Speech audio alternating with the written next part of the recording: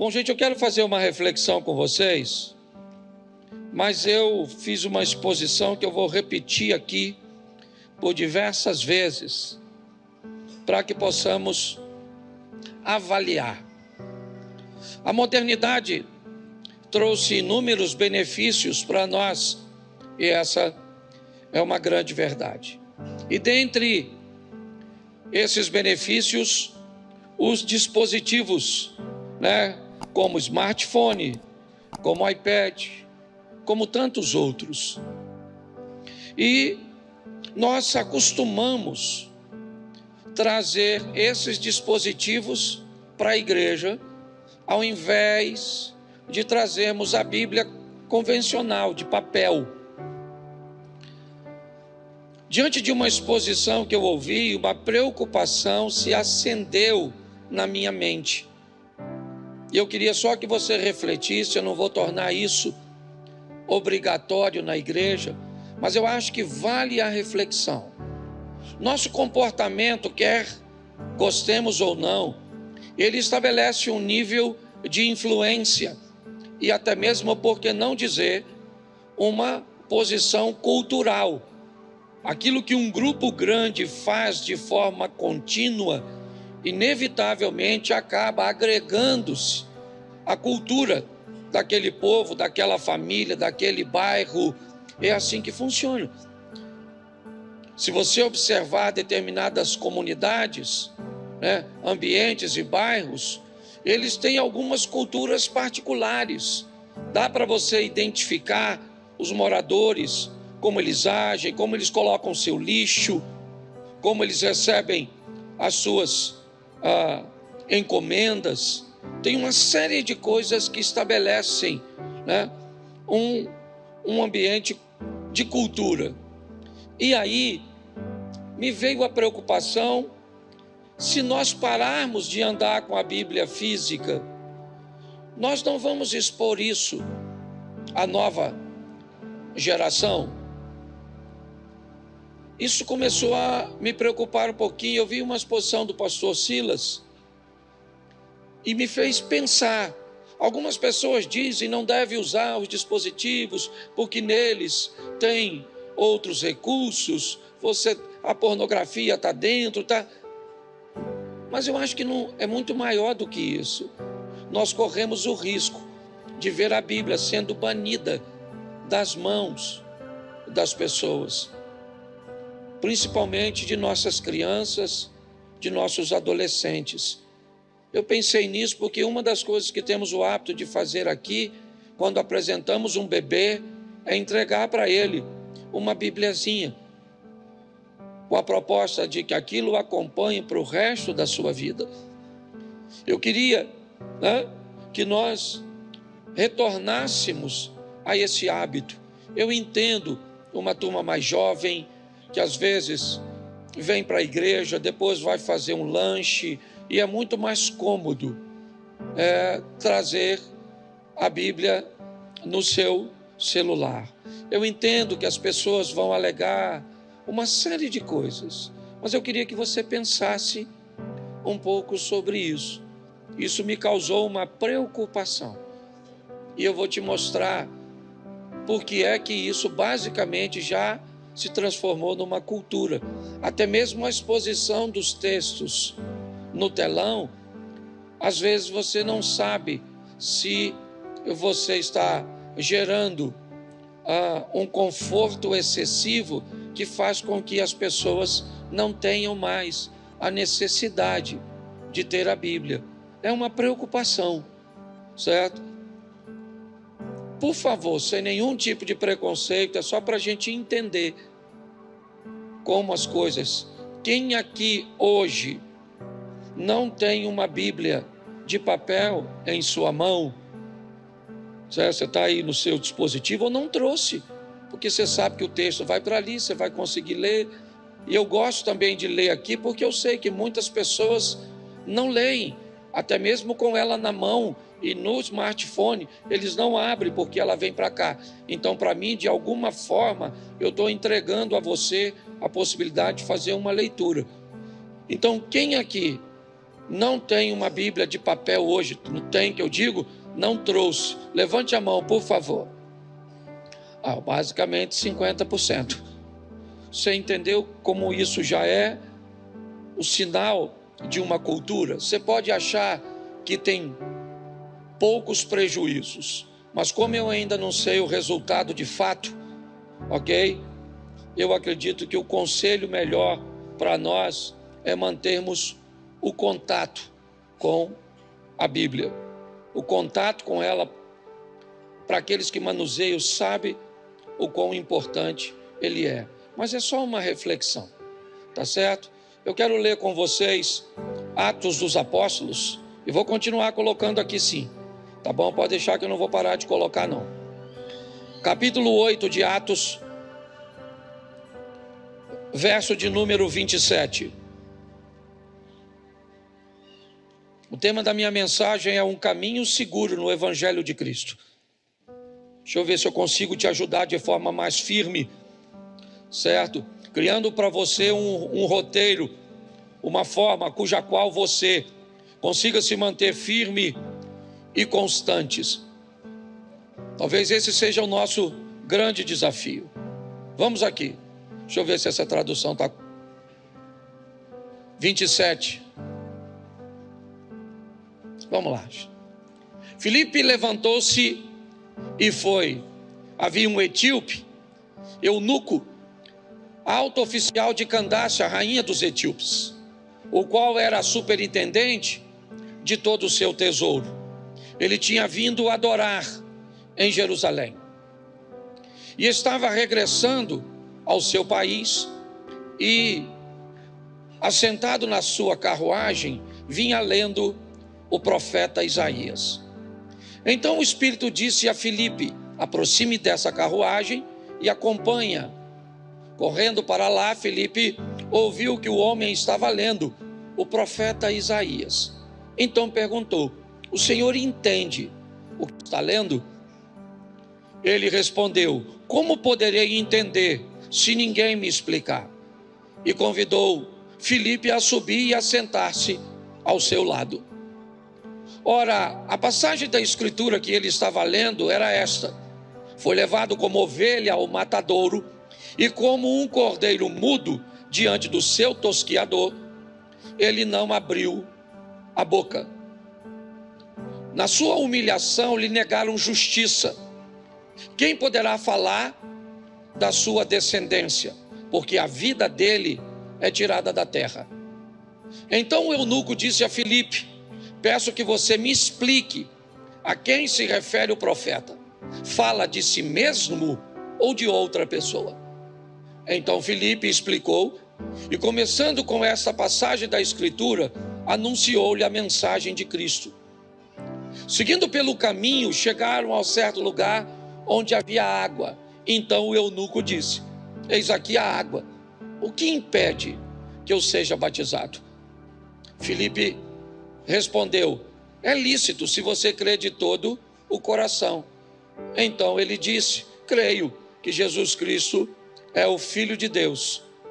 Então mandou parar a carruagem, ambos desceram a água e Filipe batizou o eunuco.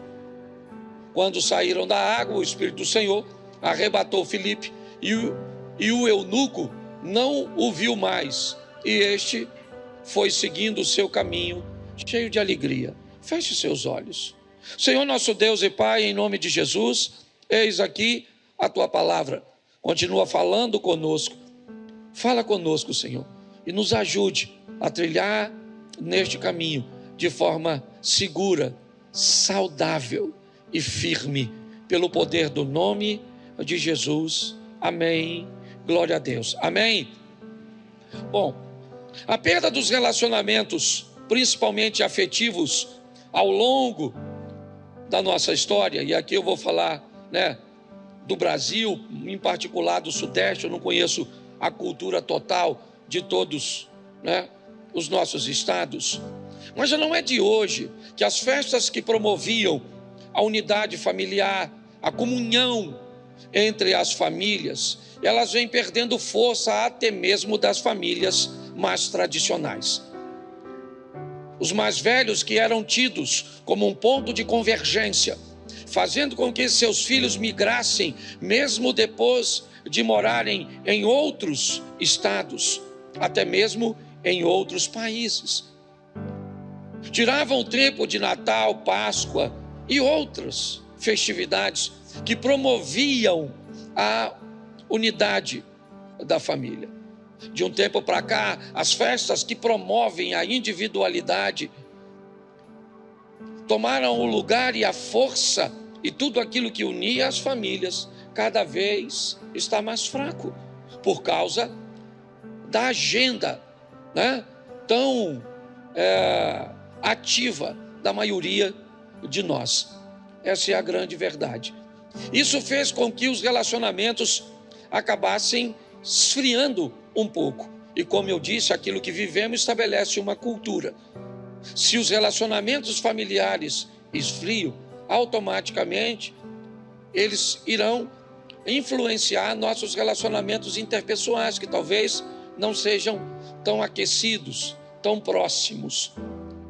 E com certeza eles também podem influenciar o nosso relacionamento para com Deus, tornando um relacionamento superficial, não apto para enfrentar grandes crises, grandes problemas, sem uma visão muito concreta do ambiente religioso. E qualquer aborrecimento que eu possa ter com o líder, com o pastor ou com o irmão, pode afetar a minha presença na comunidade, ou também pode me manter presente, porém sem um comprometimento que eu necessitaria ter.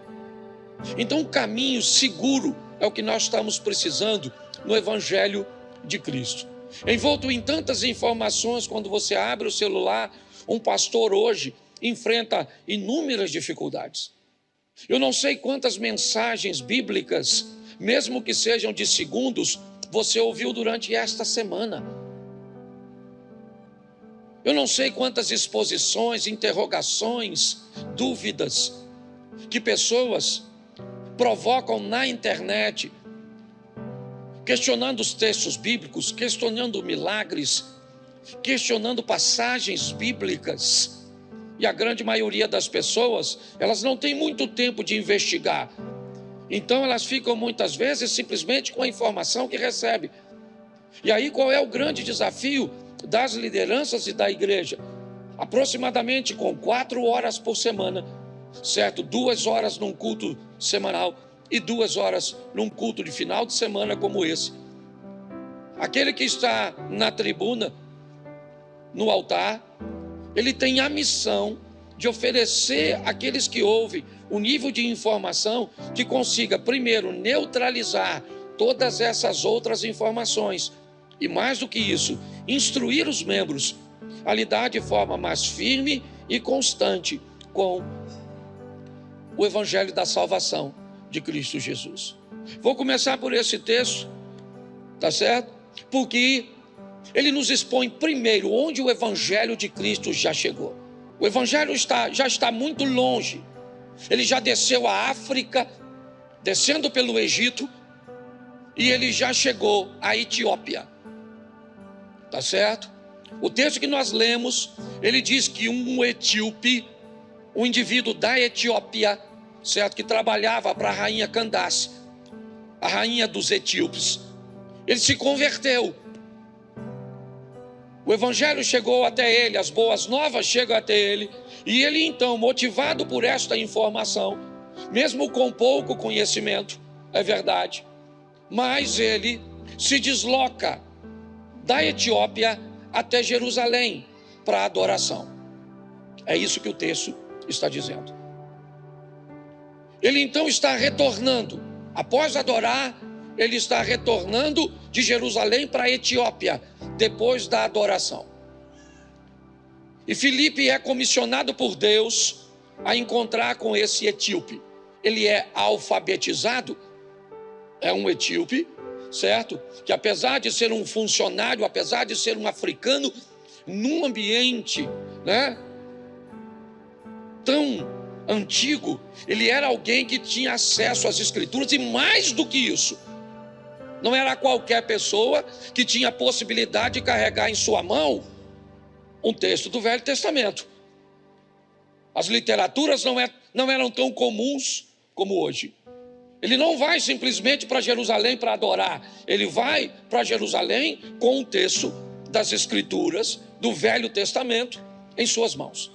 No caminho, provavelmente num período de descanso, ele senta na sua carruagem e começa a ler alto o profeta Isaías. Filipe ouve e faz a seguinte pergunta: você entende aquilo que você está lendo? Você é capaz de assimilar isso? E ele diz: não, eu não vou conseguir entender se alguém não me explicar. Então Filipe pega o texto que ele está lendo, faz uma exposição sobre esse texto, e nessa exposição ele fala sobre o batismo. Eles passam pela água, o etíope pergunta se ele pode ser batizado. Ok? Como nós falamos sempre aqui no momento do batismo, ninguém decide o batismo do outro. A pessoa tem que ter condições de discernir o que é o batismo e ela é que escolhe, tá certo? Um pai não pode obrigar um filho a se batizar. Para nós, uma criança que não tem o entendimento do que é o batismo não deve fazê-lo. Essa é a nossa forma, porque encaramos isso com muita responsabilidade. Mas o etíope pergunta: a água está ali, eu estou aqui, eu já estou consciente do que você me explicou, eu posso descer a água? Filipe então desce com ele, o batiza e cada um vai para o seu lado. É verdade, o texto diz que eles não se encontram mais, mas os dois têm algo em comum: a presença do Espírito Santo em si. Minha proposta hoje é mostrar por que é que temos muitas vezes dificuldades de transformação. Por que é que às vezes o Evangelho ele age tão pouco em algumas pessoas e às vezes consegue agir muito mais rápido em outras? Por que é que algumas pessoas vivem esse ambiente de oscilação tão grande, ora muito perto, ora quase não tão perto assim, ora muito longe? Será que não há uma superficialidade neste relacionamento? Então eu separei alguns textos que, se usarmos de forma segura na nossa vida ou no nosso relacionamento para com Deus e para com o Evangelho, com a palavra de Deus, talvez isso nos ajude a ser mais constante. Talvez isso nos ajude a sermos mais bem posicionados para aquilo que o Evangelho está precisando na atualidade. Então, eu vou começar, vou falar pouquinho, eu quero ler bastante, esse culto é menorzinho, mas coloca para mim, por favor, Mateus capítulo 3, verso 2.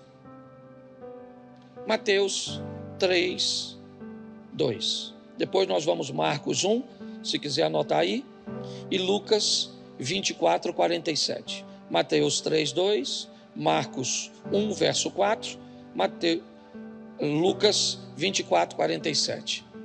Arrependa-se, porque está próximo o reino dos céus. Preste atenção.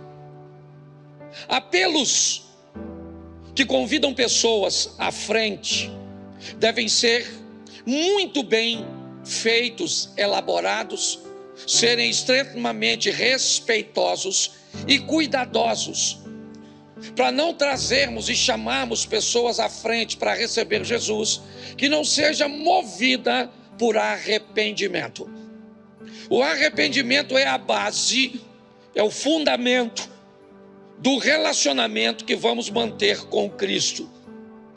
Pessoas que se arrependem, na verdade, elas se encontraram consigo mesmo e com aquilo que faziam e descobriram, debaixo de um parâmetro bíblico, de uma explicação que mostrou a ela que do jeito que ela vivia, o que ela fazia, mesmo que seja aceito pelos homens, mesmo que faça parte da cultura e não haja nenhuma restrição para esse tipo de comportamento, o arrependimento chegou. Quando o arrependimento chega, a partir daquela data, as pessoas que voltarem a praticar o que se arrependeram, se arrependeram de fato, elas não conseguem mais ficar tranquilas. Há um incômodo. O arrependimento, ele causa um desconforto. Porque quando alguém se arrepende, o reino dos céus entra nessa pessoa. Então, qualquer tipo de atividade que essa pessoa pratique, que vá contrária ao arrependimento, ou à área cuja qual ela se arrependeu, vai causar nela um transtorno muito, mas muito grande. Então não existe vida com Deus sem arrependimento. Então, por favor, eu não gosto disso aqui. Às vezes acontece de alguém fazer, mas me deixa altamente desconfortável. Você chamar alguém para receber uma oração, quando a pessoa estiver aqui, você quase coagi-la para... A probabilidade dessa pessoa ficar, ela é muito mínima, porque não houve arrependimento. Certo?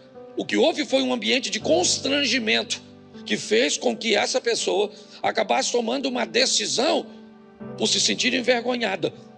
Então, o ponto de partida de um crente firme é arrependimento. Se você não se arrependeu e se masturba, não tem nada que vai fazer você não continuar se masturbando. Se você vê pornografia e não se arrepende, não tem nada que vai fazer você. Se você mente e não se arrependeu de mentir, você não vai parar de mentir. Se você trai, não adianta. A base desse encontro é arrependimento. O arrependimento é aquilo que vai abrir a porta para a transformação chegar. Se não há arrependimento, não há transformação, não adianta. Pode ir para a igreja, pode fazer o que quiser, mas o arrependimento é o início de tudo isso. Marcos 1:4, coloca aí, por favor.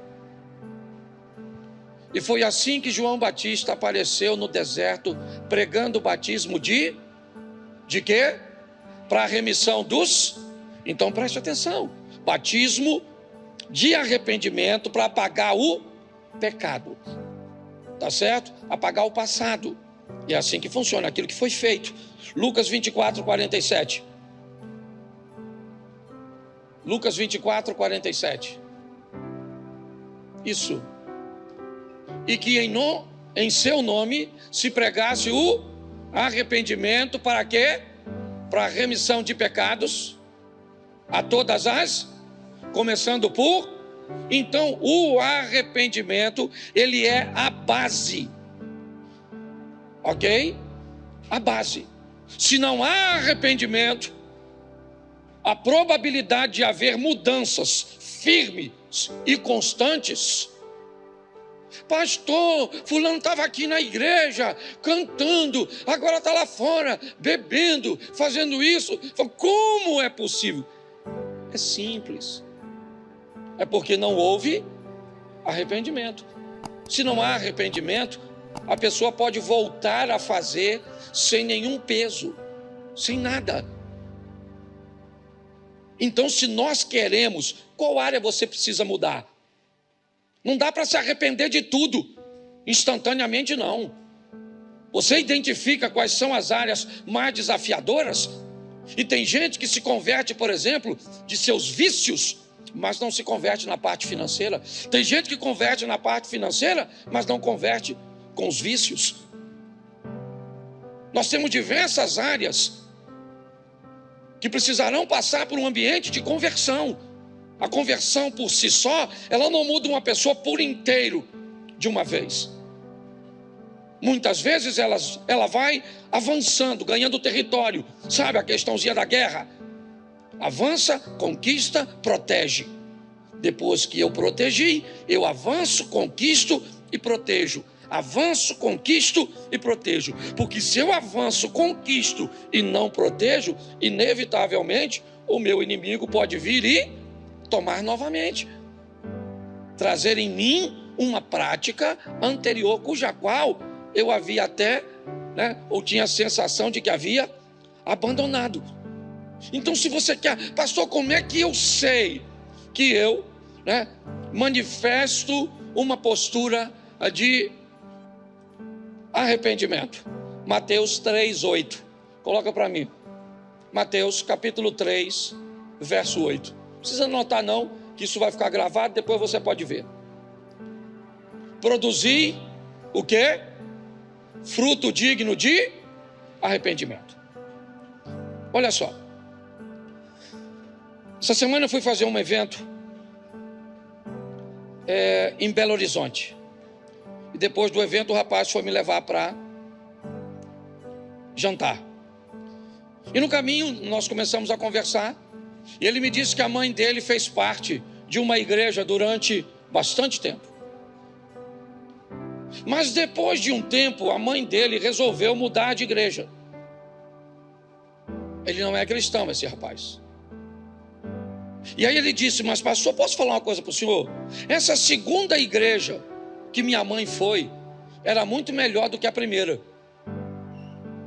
E eu disse: por que você não gostou do culto da primeira? Ele disse: eu nunca fui. Eu falei: e você gostou do culto da segunda? Eu também nunca fui. Eu falei: se você nunca foi no culto nem da primeira nem da segunda igreja que sua mãe frequentava, por que é que você acha que a segunda igreja que ela está frequentando é melhor que a primeira? Ele disse: porque ela melhorou e muito seu comportamento depois que foi para lá. Você consegue entender isso? O arrependimento verdadeiro, ele trará consigo seus frutos. As pessoas conseguirão olhar para você, principalmente aquela que convive com você no cotidiano. Elas vão olhar para você e vão ver que alguma coisa aconteceu. Porque suas ações, suas reações, seu vocabulário, sua maneira de enxergar as coisas, ela mudou. São frutos de arrependimento. São demonstrações de que áreas da sua vida mudou. O arrependimento, certo? Trouxe isso. E agora você está vivendo de uma forma diferente. E aí, Mateus capítulo 3, verso 11. Dá uma olhadinha nisso. Eu batizo vocês com água. Para o quê? Mas aquele que vem depois de mim é mais poderoso do que? Do qual eu não sou digno de ele os batizará com o Espírito Santo e... Então preste atenção. Isso vai acontecer nesse texto. Coloca Atos dos Apóstolos, capítulo 2, verso 3. João está dizendo: eu batizo vocês na água, depois de mim vem alguém que é mais poderoso do que eu, e ele vos batizará com o Espírito Santo e com... Atos 2, 3. E apareceram distribuídas entre eles línguas como as quais pousaram sobre cada um deles. Preste atenção que os discípulos estão numa trajetória que ela envolve o arrependimento, ela envolve o batismo de João, tá certo? Ela envolve agora os novos frutos, as novas ações. Mas João vai explicar algo muito poderoso, certo? Ele vai dizer: eu batizo vocês com água, mas ele vai batizar com o Espírito Santo e com fogo. E aí, olha só, nós vamos aprender uma coisa, que o arrependimento, ele corrige o nosso passado, mas a conversão ela determina o nosso futuro. Se arrepender apaga o seu passado, mas não define seu futuro. Você vai continuar vivendo?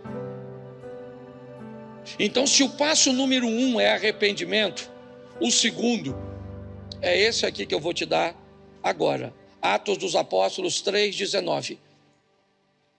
Atos 3:19. Portanto, arrependam-se para que sejam os vossos vamos lá, a fim de que a presença do Senhor venha o tempo de, preste atenção, porque duas coisas nós temos nesse texto são muito preciosas. Arrependei-vos e convertei-vos, porque o arrependimento é para que os seus pecados sejam perdoados, e a conversão é para que venham novos tempos de refrigério. Então eu vou precisar de um processo de conversão. É assim que funciona. Onde a escravidão fica para trás, eu fui liberto, ok? Pelo arrependimento, pelo sangue de Cristo.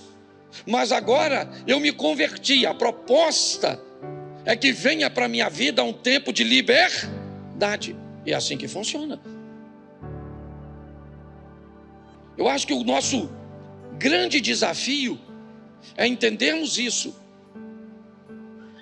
É entendermos que eu vou precisar primeiro de arrependimento. Se não há arrependimento, não tem como as coisas acontecerem. Eu estou arrependido, tá bom. Mas o que é o arrependimento? Arrependimento é daquilo que eu fiz. Eu não me arrependo do que eu vou fazer. Arrependimento é algo que está condicionado ao meu passado. E o meu futuro? O que é que condiciona meu futuro? A conversão.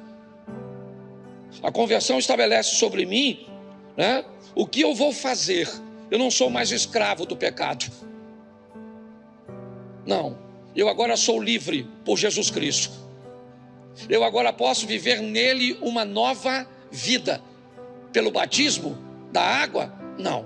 O batismo é para arrependimento de pecados. Lembra disso? Desce o velho homem fica e sobe, mas João diz: mas depois de mim, que vos batizo com água, vem alguém que é mais poderoso do que, e ele vos batizará com o Espírito Santo e com fogo. Enquanto o arrependimento, certo, resolve seu passado, a conversão é que vai determinar seu futuro. O que indica que talvez nós precisemos hoje, talvez, mais de conversão do que de arrependimento, para vivermos num lugar de liberdade, onde tenhamos forças em Deus para resistirmos o mal, onde tenhamos forças em Deus para manter firme os nossos passos. O grande desafio hoje de se pregar o evangelho, sabe o que é? É o mau testemunho dos evangélicos. O grande desafio hoje de se manter firme é o pouco conhecimento, tanto da palavra quanto do poder de Deus. Hoje as pessoas são facilmente ludibriadas. Eu vou falar algo para vocês, que eu estou na igreja aqui, tá certo? Não é muito comum, eu não gosto muito de falar. Mas quem já foi aqui a Israel? Levante a mão. Alguém aqui já foi? Isso. Tem uma turma aí que já foi. Você foi num túmulo só de Jesus ou você foi nos dois? Quem aqui já foi nos dois? Cadê? Isso. Ali você já foi nos dois. No onde a igreja, os protestantes vão e onde é dos católicos, certo? Então tem 2 túmulos de Jesus. Quantos túmulos? Isso. Você sabe? Quem aqui não sabia disso? Levante a mão, por gentileza. Quase todo mundo. Aí eu pergunto a você: ele foi sepultado em qual dos 2? Você sabe?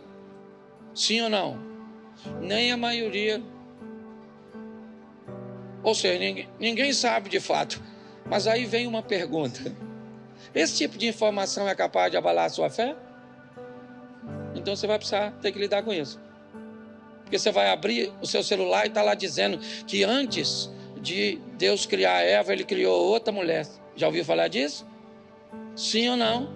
Então na internet, o nego fala, tudo. E como é que você combate isso?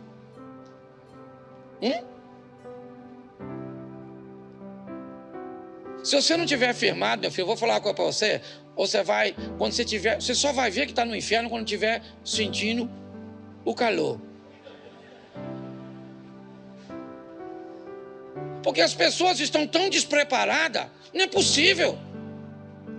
Nós temos que firmar os nossos passos no Senhor. Quando recebemos de Deus o Espírito Santo, Ele é capaz de nos dar força para vencermos o mal, as adversidades, para nos parecermos com Jesus, para mostrarmos para essas pessoas os frutos de arrependimento e de conversão. Por isso que o apóstolo Paulo, você quer ver a carta aos Romanos? 8:35. Coloca aí, por favor. E depois o 38. Romanos 8:35.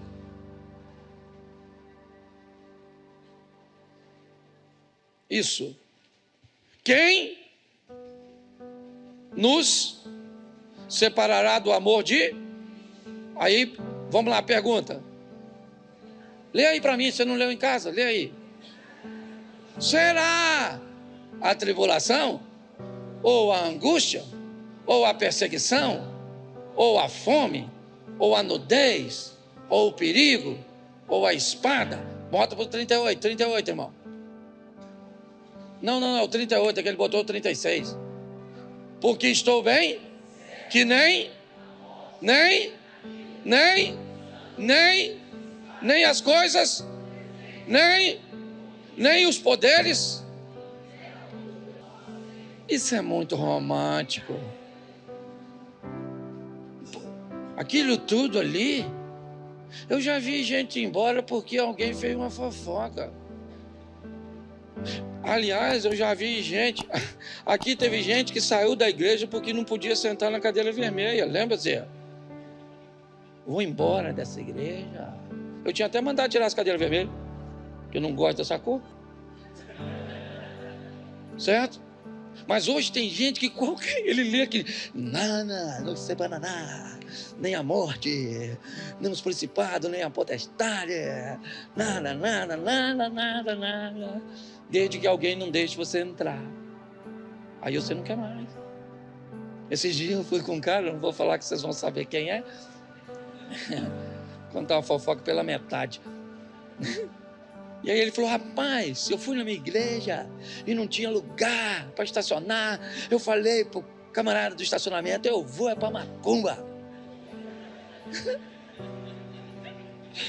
Aí eu falei, sério que você falou isso? Ele falou, mas é lógico que eu não vou para lá. Eu vou lá para a sua igreja. Eu falei, lá não.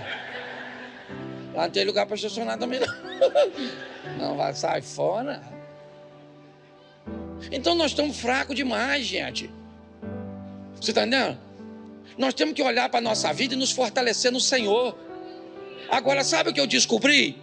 É uma proposta para todos, mas um lugar para poucos. A proposta é para todo mundo, sim ou não? Mas é um lugar para poucos. Sabe por quê? Porque lá, nesse lugar, onde tem arrependimento, conversão, poder do Espírito Santo, onde tem oração, onde tem palavra, onde tem confronto com o pecado, sabe quem é que está lá? A paz que excede todo o entendimento. Quando você chega lá, sabe o que tem lá? O esconderijo do Altíssimo. Sabe o que tem lá? A vara e o cajado do Senhor para te consolar e para te manter de pé. Então nós estamos precisando de gente forte.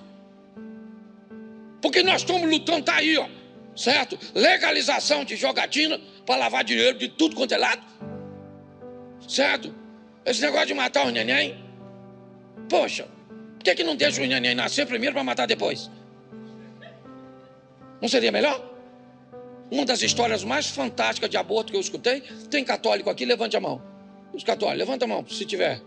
Isso foi de Padre Léo, falecido Padre Léo, um homem fantástico, um padre da missão carismática.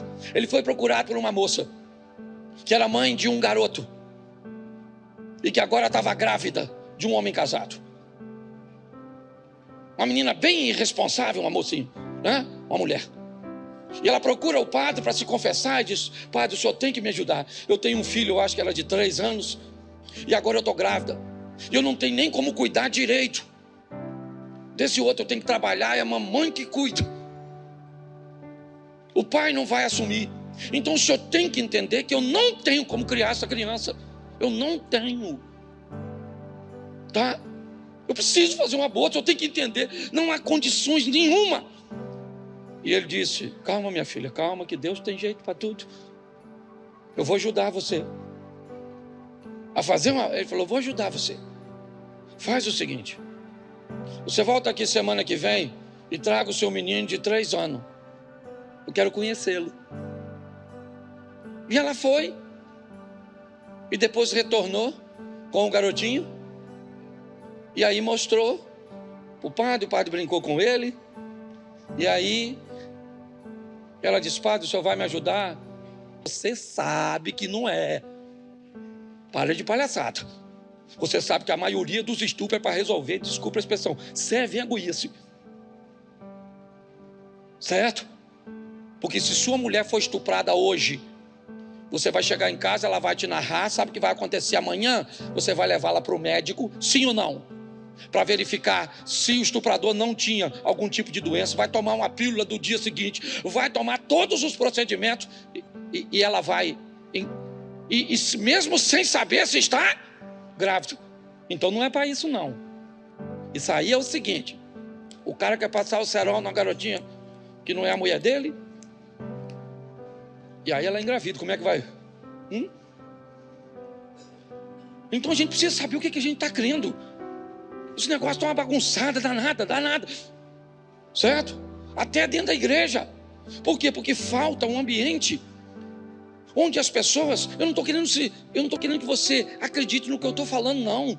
O que eu estou pedindo é para você pegar o que eu estou expondo a você e colocar à luz da Bíblia. Ô, gente, nós não estamos mais de brincadeira, não. Jesus está voltando. Aliás, eu acho que ele já saiu de lá, pela situação que anda. É que deve ter pego aí um engarrafamento aí, mas já está chegando. E eu sou pastor. Se você está visitando, você vê na internet o Cláudio engraçadinho. Aqui não tem muita graça não, só de vez em quando quarta-feira foi, né? Quarta-feira foi, que era dia do namorado também, eu tinha que aliviar. O pessoal já está sofrendo. Eu ainda crio dificuldade. Deixa eu falar uma coisa para você. Diga assim: 1000 cairão ao meu lado, 10.000 à minha direita, mas eu não vou ser atingido. Então é isso aí. Eu tenho que ir para esse lugar onde eu possa me esconder, o esconderijo do Altíssimo. Eu tenho que ir para esse lugar onde está a paz que excede todo o entendimento. Eu tenho que estar frequentando esse ambiente. E é assim que funciona. E eu só chego lá com arrependimento e converso. Senão não vai. Sem santificação ninguém. E o processo de santificação se segue em arrependimento e conversão. Pastor, mas vai devagar. Não precisa se converter assim. Eu não gosto dessas conversões assim, instantâneas, cabine. Entra assim, sai super-homem. Não. Você falava palavrão. Quem aqui falava palavrão, levanta a mão. Sangue de Jesus, tem Flávio. Nossa. Como é que você já parou 100%? Não precisa falar não. Tem gente que ainda não parou, que se chutar um negocinho ainda sai assim. Xinga o pé da cama. Se tropeçar. Mas você vai diminuindo. Eu falava mesmo, não tem vergonha de falar não. Você tem, mas eu não tenho. Eu xingava mesmo, xingava. Certo? Falava tudo. Que podia ir mais alguma coisa. Aí eu me converti, de vez em quando saía. Eu falei: Senhor, que troço feio. Não é para estar mais na minha boca, mas aí foi indo. Eu levei uns 6 meses. Hoje eu falo mais não tem nem perigo. Esse dia eu vi um pregador, que eu acho que ainda tinha problema com essa área. Deu um troço errado aqui, assim, no menino. E ele falou, e eu falei... Eu pensei, Senhor, não vou nem julgar que podia ser eu já passei por esse processo de libertação. Então eu não sei qual é a área que você precisa, às vezes é a financeira. Eu não sei quais são os seus traumas, eu não sei qual é o seu problema, eu só sei de uma coisa: você não vai se converter de uma vez. Vai não. Entra aqui pecador, 7 horas. E sai com as asas assim. Ai não. Entendeu? Você chega aqui meio vermelho, meio chifrudo, assim. Certo? E aí já sai daqui meio branquinho. O chifre diminui. Isso. Gente, é um processo lento, mas pelo menos conciso. Isso. Amanhã eu estou melhor do que hoje. De vez em quando eu dou umas escorregadas, porque você é gente. Poxa, não quero cobrar de você o que você não pode pagar. Aí o Satanás vem em cima de você e diz: olha que você não merece. Morre. Não, você fala: Senhor, eu dei uma vacilada aqui, escorreguei. O senhor sabe que eu olhei para aquela mulher, não, também aquilo é gostosa até o cão. Sangue de Jesus tem poder. Louvado seja o Eterno. Tem homem que olha para a mulher assim. É que o mundo mudou. O mundo, Abner, era assim, ó. Os homens mais velhos igual você, se Jacira começar a chorar: Abner, as coisas não estão bem. Será que vai dar certo? E começar a chorar. Ó, o Abner é do tempo assim, ó. Jacira, calma, Jacira. Conversa é essa, menina? Deus sempre foi conosco. Já nos abandonou? Para de frescura, menino. Não chora, não. Eliane, traz um copo d'água para Jacira, para acalmar ela. Mas o mundo mudou. Hoje tem uns garotos novos. Se a mulher dele chorar, ele chora. A mulher dele começa a chorar e ele... Pegar o Abner novo. Chora não, Jacira. Chora não, Jacira. Eu não posso ver você chorando. Me dá vontade de chorar. Aí a Jacira fala: Eliane, traz um copo d'água para essa franga aqui, não é verdade? Porque você está rindo. Nós estamos vivendo num tempo extremamente desafiador. Então tá lá: quem nos separará do amor? Quem? Quem é que vai nos separar? Ninguém. Nós vamos estar firmes, constantes, com arrependimento e Então descubra, para de olhar a vida dos outros e olha para a sua. O que mais me fortalece é olhar para mim e não para os outros. Então saia daqui para viver um evangelho firme, forte, sabe? Ver alguém falando alguma besteira na internet, umas palhaçadas, porque está assim, ó, umas heresias que, nossa! Eu olho aquilo e eu penso: Senhor, guarda o povo da minha igreja de ler isso, de escutar isso, que eu não sei como é que eles vão administrar. E uns teólogos bons, uns caras bons. Esse dia eu vi um cara que eu já trouxe até para pregar aqui, um teólogo bom, mas pensa, com uma interpretação atrapalhada de um texto bíblico sobre profecia, que eu não tenho como trazer mais aqui, a não ser que se arrepender e converter. Mas eu acho que difícil. Então sai daqui e fala para quem está do seu lado: vá se arrepender, fala. Isso. E fala isso: se converter também. É isso aí. Arrependimento e isso. Você pode ficar de pé? A parte mais fácil é essa. A mais difícil começa agora. A hora de ir para casa. Arrependimento e conversão. Pensa, amanhã no trabalho,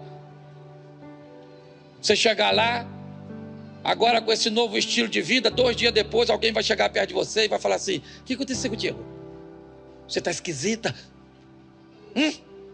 Você foi onde? Eu fui ali na presença de Deus. E na presença de Deus Eu voltei desse jeito. Porque quem encontra-se com Deus nunca mais é a mesma pessoa. Você quer ver a sua família segura? Saiba que a segurança da família não está apenas em aspectos físicos e materiais, mas também na profundidade espiritual de cada membro. Em uma vida cristã, o caminho mais seguro para a família começa com o arrependimento e a conversão. O arrependimento, em sua essência, é um retorno para Deus e ao seu propósito para nós, um ato de reconhecer nossas falhas e buscar a correção. Entretanto, o arrependimento por si só não basta para nos sustentar. Em Mateus 3,8, Jesus nos ensina a produzir frutos dignos de arrependimento. Isso significa que, ao nos arrependermos, precisamos demonstrar uma transformação visível que impacta as nossas atitudes e, principalmente, nossas ações e decisões dentro do lar. Ao pensar no arrependimento como o primeiro passo, é importante refletir. Será que nosso arrependimento tem mostrado os frutos verdadeiros dentro do nosso lar? O verdadeiro arrependimento inspira ações e gera uma mudança de comportamento. É através desse passo que o passado se ajusta e nosso testemunho se torna mais genuíno para aqueles que nos rodeiam, começando pelos nossos familiares. A conversão é o passo seguinte, fundamental para garantir um caminho firme e estável. A Bíblia nos mostra que a conversão é a transformação que define o nosso futuro e nos leva a uma vida de devoção e crescimento espiritual. Em Romanos 12:2, somos encorajados a não nos conformarmos com este mundo, mas a sermos transformados pela renovação da nossa mente. Ao permitir essa renovação diária, nos tornamos resistentes ao mal e preparados para agir com integridade em qualquer situação. Na vida familiar, a conversão traz a força do Espírito Santo. Essa força que nos permite resistir às tentações e andar em retidão. Esse processo é extremamente importante, indispensável, para que possamos ser exemplos dentro de nossas casas, mantendo uma constância que inspira os nossos filhos, cônjuges, aqueles que estão ao nosso redor. Será que estamos permitindo que o Espírito Santo nos guie como família e nos ajude a manter a nossa fé em momentos difíceis? Buscar a orientação divina é o que sustenta a nossa fé e dá segurança ao nosso lar. Bom, por fim, o caminho mais seguro para a família está no esconderijo do Altíssimo, onde encontramos refúgio e força para enfrentar as lutas e preocupações da vida cotidiana.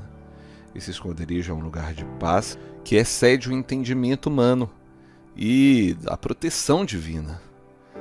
Em Salmos 91, versos 1 e 2, encontramos a promessa: aquele que habita no esconderijo do Altíssimo, à sombra do Todo-Poderoso descansará.